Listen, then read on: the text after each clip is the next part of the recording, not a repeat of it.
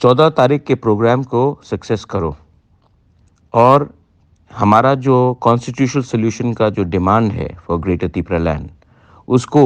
आगे करने के लिए आप लोग 14 तारीख को मैं सब MDCs, MLAs, YTF, TWF, senior advisory council, Motha leaders, सबको,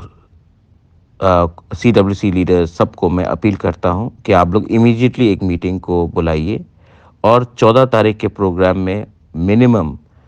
30,000 लोगों का गैदरिंग होना चाहिए। हम लोग सब जगह से, कंचनपुर हो या साबरूम हो या आपका रायमा वैली हो, सब लोगों को हम लोग लाएंगे, अपने एरिया में लाएंगे और आप लोग अगरतला से भी आइए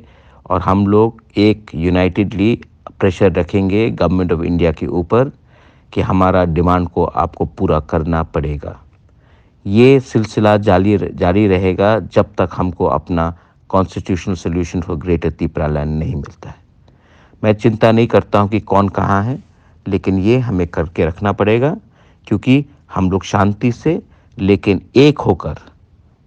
होकर मोस्ट इम्पोर्टेंटली एक होकर, एक आवाज़ में हम लोग अपना डिमांड को दिल्ली के सामने रखेंगे और अचीव करेंगे। This is बोबागरा